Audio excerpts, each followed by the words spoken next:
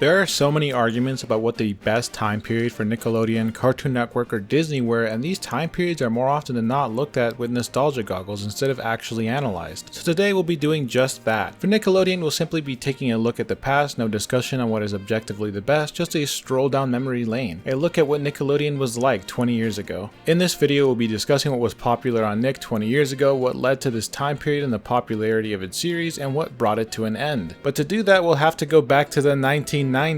Wait, the 90s wasn't 20 years ago? Oh, I'm gonna kill the year's 2004. It is 3 years after the September 11th attacks on the World Trade Center. In the United States, George W. Bush is president, and we're only 1 year from one of the worst hurricanes to hit in American history. It was a dark and scary time in many ways for the US and the Western world, so how does this affect cartoons? Many believe America was sensitive during this time, especially when it comes to children's programming. Episodes of Power Rangers, Adventures of Sonic the Hedgehog, and even Pokemon were pulled off the air due to scenes that showed buildings being destroyed. Many have even speculated this had something to do with Invader Zim being mysteriously cancelled. But the most consistent theory is that the series just was too high of a budget. Well, there you have it though. Cartoons weren't really welcomed if they featured destruction because they didn't want to see anything which was perceived at that time as dark. I felt like the thing to be for a TV series during that time was silly, fun, absurd, completely removed from any semblance of reality that we had to deal with on our day-to-day. It was always part of Nick's identity, but I feel like things like being gross, slime, and crude humor was at its peak during this time. Maybe that's why series that took themselves too seriously didn't do really well. 2004 was an amazing time for cartoons. Cartoon Network had Dexter's Lab, Billy and Mandy, Ed, and Eddie. Disney had Kim Possible, and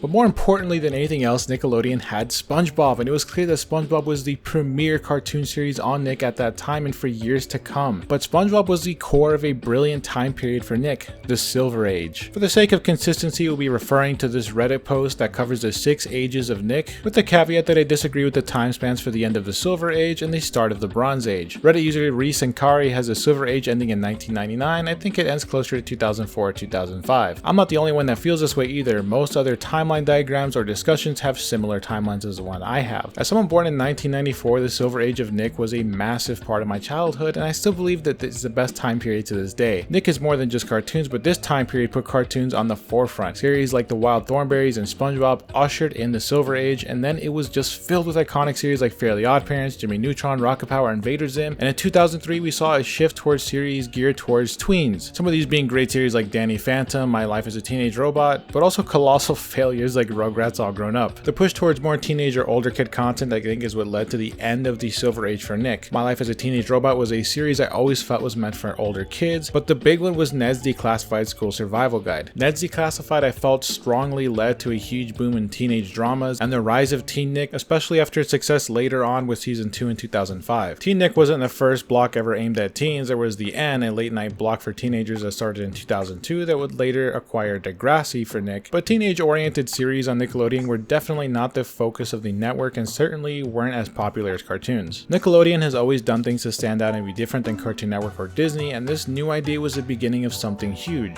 I won't talk about it much in this video, but let's just say it went so well for Nick that another network practically ruined itself trying to copy them.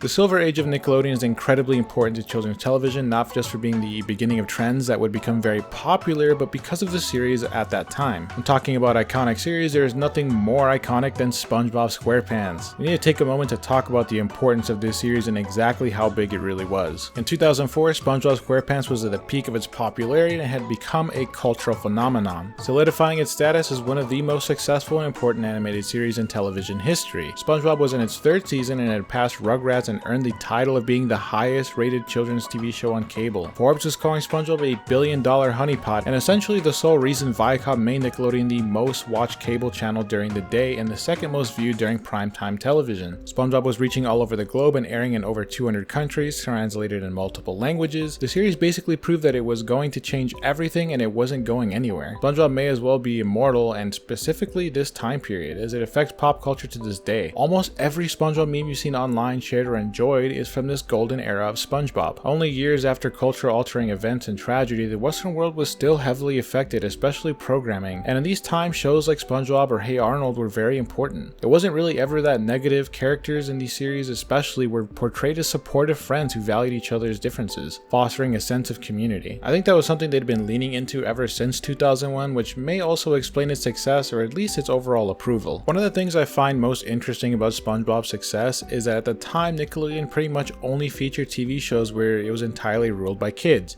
Kids were the main character, the driving force in all of these series like Rugrats, and even after SpongeBob with shows like Fairly Oddparents and Jimmy Neutron. This was one of the most important things that Nickelodeon prided themselves on in the first place, the thing that built the network.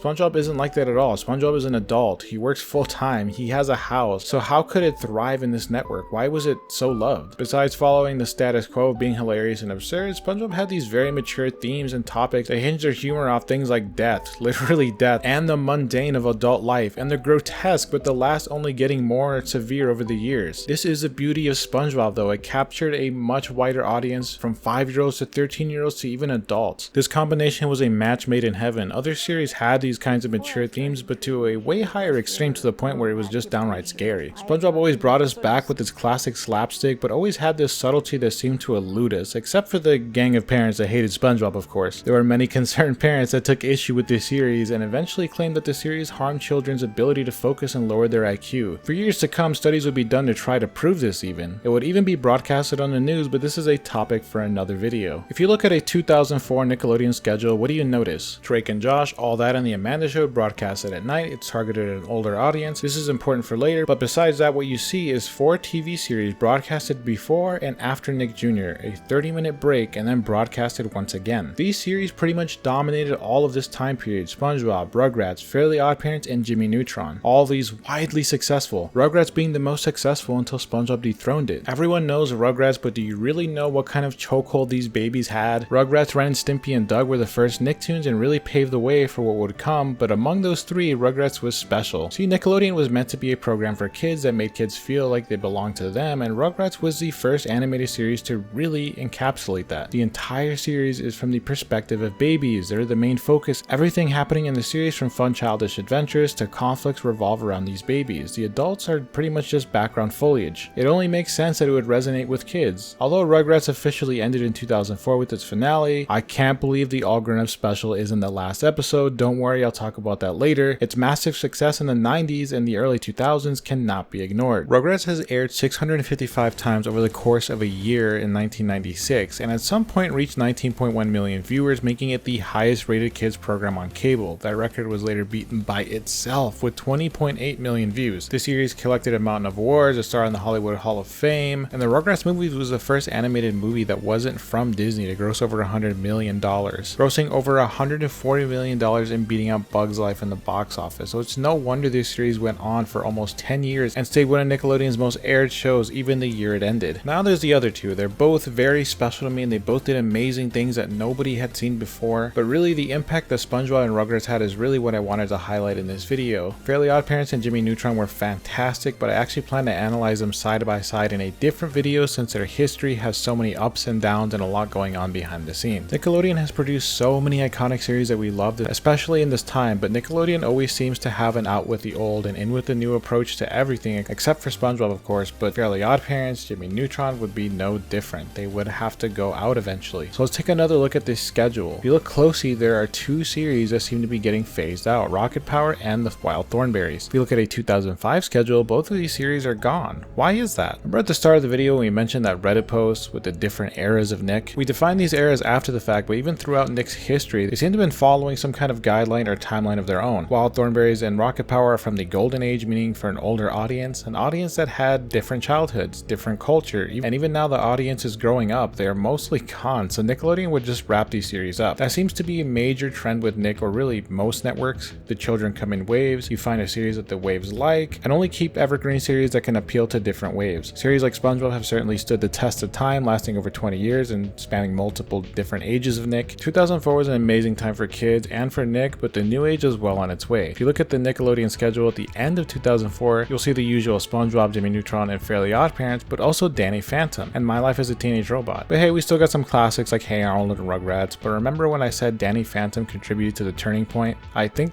this is it. Danny Phantom started airing in April of 2004 and immediately was popular. It was here to stay, but the thing that sets Danny Phantom apart from the other series that aired around it is that it's not just goofy and zany. It was edgy. It had characters that had different layers to them. There was a lot more action. It was a lot more similar to series like Teen Titans that you saw on Cartoon Network than any other like Nickelodeon cartoon. I think this really helped gateway children into more mature themes in their cartoons. My Life as a Teenage Robot was no different. It had the Nickelodeon charm. It was a little bit goofy, but it had full-on fight scenes, had some mature themes in it, some things that aimed at teenagers, layered characters. You know, they had this robot girl that struggled with different things, for example being a teenager, but also wanting to be human like everybody else. It was very refreshing at the time, and it aged really well and had its own cult following. These two series carried a lot of weight on their back, and it came in ushering a new era for Nickelodeon and the end of an old one. 2005 I feel like was more mature cartoons. SpongeBob was always there, but Fairly Oddparents wasn't nearly as well received. Jimmy Neutron was on its way out. The network would continue airing Danny Phantom, My Life as a Teenage Robot, All Grown Up, and even shows like Zoe 101, Ned's Declassified, and possibly the main player in the new era, Drake and Josh. Drake and Josh started airing in 2004, and it didn't really become a leading series till 2006. More popular in 2005, but by 2006 the series wasn't just airing at night, it was airing 2 times a day. A look at a 2006 Nickelodeon schedule makes it look like it's not even a network for cartoons anymore. Remember, Nick was never really about just airing cartoons, it was about giving kids what they want. And as years go on, kids go through different trends, become open to more mature ideas, and then they go back to cartoons. Kids are unpredictable sometimes, but Nickelodeon was for them, and 20 years ago today, Nickelodeon was one of the most iconic networks for kids. Thanks for watching the video. It took me a really long time to make, so please give it a like, subscribe, comment what was your favorite TV series from 20 years ago, what you would like to talk about next.